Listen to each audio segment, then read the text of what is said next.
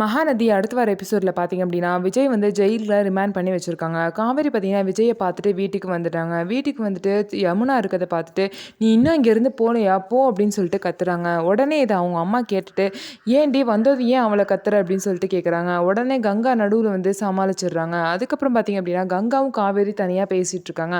அவங்க பேசுகிறத வந்து யமுனா வந்து ஒட்டு கேட்குற மாதிரி கதவு கிட்ட நின்றுட்டு இருக்காங்க. உடனே வந்து சாரதா வந்துட்டு எதுக்குடி இந்த மாதிரி நின்றுட்டு இருக்க, உள்ளே போக வேண்டியது தானே அப்படின்னு சொல்லிட்டு கேட்குறாங்க. அதையும் வந்து கங்கா வந்து எப்படியோ சமாளிச்சுட்டாங்க.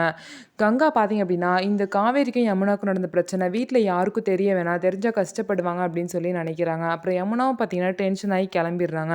காவேரி வந்து இதை நினச்சி ரொம்ப ஃபீல் பண்ணுறாங்க. யமுனா ஏன் இவ்வளோ சீப்பாக என்ன நினைக்கிறா, நான் அவளுக்காக எவ்வளோ பண்ணியிருக்கேன், ஆனால் இவ்வளோ மோசமாக நடப்பான்னு கொஞ்சம் கூட எதிர்பார்க்கலன்னு சொல்லிட்டு கங்கா கிட்ட சொல்லி ஃபீல் பண்ணிட்டு இருக்காங்க. இன்னொரு சைட் பார்த்தீங்க அப்படின்னா விஜய் கொடுத்த பிளான் படி நிவின் வந்து ராகினிக்கு கால் பண்ணி நேரில் வர சொல்லி பேசுகிறாங்க. சும்மா நம்ம சின்ன வயசில் எப்படிலாம் இருந்தோம் அப்படின்னு சொல்லிட்டு நார்மலாக வந்து ராகினி கிட்ட நிவின் வந்து பேசுகிறாங்க. கடைசியில் பார்த்தீங்க அப்படின்னா அவங்க அப்பா இருக்க இடத்த பற்றி தெரிஞ்சுக்கிறதுக்காக அவங்க அப்பா இருக்கிற இடத்த வந்து போட்டு வாங்குற மாதிரி பேசுகிறாங்க.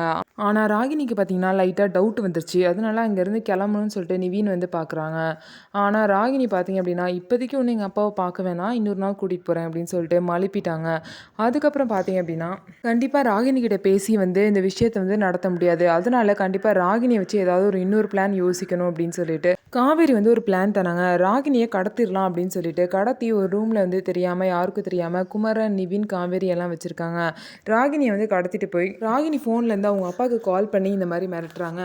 இப்போ நீ வரல அப்படின்னா வந்து விஜயை பற்றின உண்மையை சொல்லலை அப்படின்னா உன் பொண்ணுக்கு என்ன வேணாலும் நடக்கும் அப்படின்னு சொல்லி மிரட்டி இந்த மாதிரி தான் பசுபதியை வந்து வெளியே வந்து கொண்டு வந்து விஜயை காப்பாற்ற போகிறாங்க. ஸோ காவேரியோட பிளான் வந்து சக்ஸஸ்ஃபுல்லாக நடக்குமா இல்லையா அப்படிங்கிறத கமெண்ட்ஸில் சொல்லுங்கள். நம்ம வீடியோ உங்களுக்கு பிடிச்சிருந்தா நம்ம வீடியோவை லைக் பண்ணிக்கோங்க. அதுக்கப்புறம் மறக்காமல் நம்மளோட சேனலை சப்ஸ்கிரைப் பண்ணிவிட்டு பாருங்கள்.